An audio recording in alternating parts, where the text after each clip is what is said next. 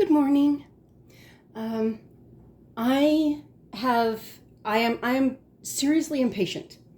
I was going to let this sit until it was completely ripe. I took it off the plant because it had started to ripen and I could take it off and still get seeds and whatever. It's been about a week since I took it off the plant. The orange is expanding, but it's not. But I am seriously impatient, and there is another one coming on the plant, and I want to get seeds from this, but I also want to see what it looks like and what it smells like and what it tastes like. This is a spaghetti squash tatume cross. It may be a spaghetti squash zucchini tatume cross. We don't know yet. That will wait until next year.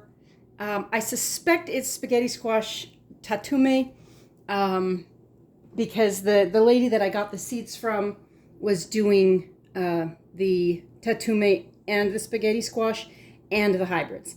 So my spaghetti zucchini outside are starting to get nice blossoms on them. And I want to cut into this and find out what we've got. So I am going to try not to cut any seeds, which means cutting. Oh, okay. All right. My spaghetti squash crosses, this is the 4th generation, I believe. Okay, so we've got some good seeds. Those are hard. That one's cut, so I'll set that one aside. I cut through some of them after all. Ah, darn. Okay, it's not a really highly colorful squash.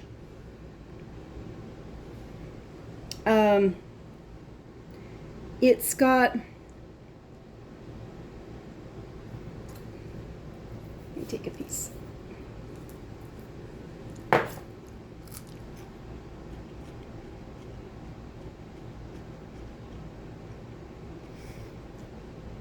It's a zucchini cross.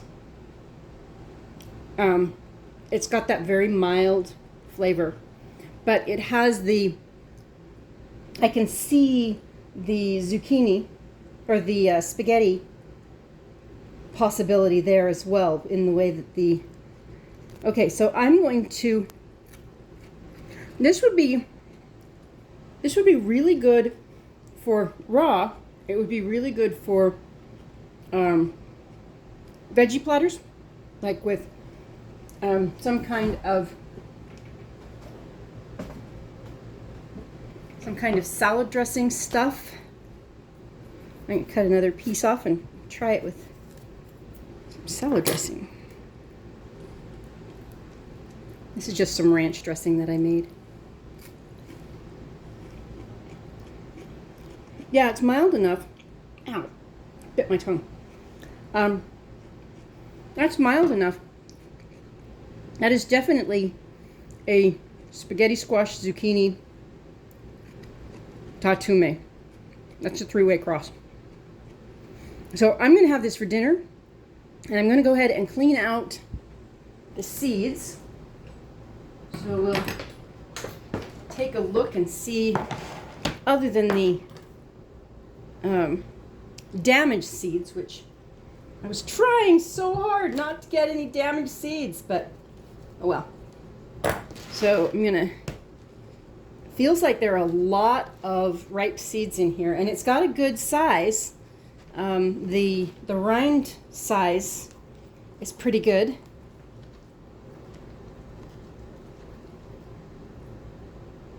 Okay. All right. Yeah, this has got some good ripe seeds in here. There are a lot here, of course, that aren't ripe, and that's to be expected when you pick the squash young. But if I had waited until, at least this has been my experience in the past, is that I can take a little bit of ripening, but if I let it completely ripen on the vine dies, decides that it's done for the season. But if I just do this little bit, and if I wait until the rind can't be punctured by a fingernail, then the vine will continue to produce. Okay, so this will be dinner tonight. It's actually got a pretty good flavor. It's pretty mild, but it's a good flavor. And mild is good for me because I don't particularly appreciate the heavy squash flavor. So I'll go ahead and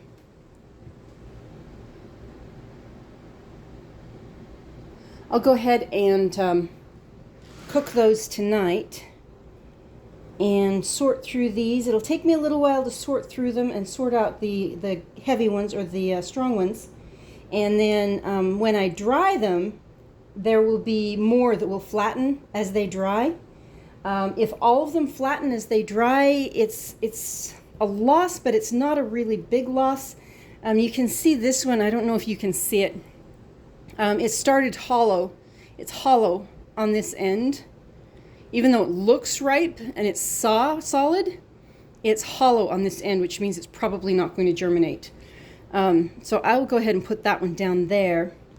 But part of the focus of taking the earliest squash is that it reinforces the earliness so that the next year may be even earlier. And I like that idea. I would be perfectly happy with squash that was 30 days from 30 days from seed to full germination. Now, not germination, full ripeness. But this was on this squash plant was the first one. It was the best one to grow. It was the best adapted. And it was the first to bloom and the first to fruit, first to get male blossoms and female blossoms, first to fruit. So a lot of firsts on this one, and I really want these seeds. But if necessary, I can get another one off the same plant, and it'll just be a couple of weeks later.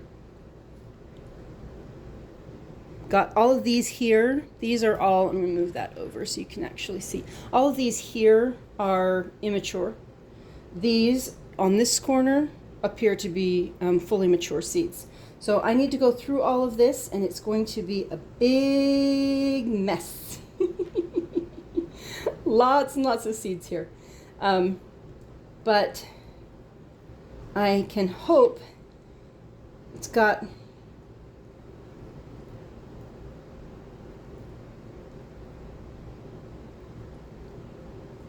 lots of seeds, lots of fully ripe seeds, lots of immature seeds. Now, if I had left it for another 2 weeks or a month or whatever, which I was fully planning to do, there would be more ripe seeds. But I am impatient, and I want my cake right now, which means I lose out on some of the advantages of planting or of keeping things over a long period of time. Just know myself that way. It's just what I do. I mean, it's like digging up the seeds to see if they've sprouted. You know. Wait a minute! Don't dig those up. If you dig them up, they'll die. Well, I want to see if they've sprouted. Just crazy. That's just the way I am. I'm crazy. Now that one, I don't think. Nope, that's an immature seed. And of course, the ones that are closest to the end are the ones that mature first. But there are some throughout the rest of the squash that are doing just fine. So I will put these on a plate, and let them dry out. And then hopefully next year we will have an even better squash from these seeds. I will talk with you later.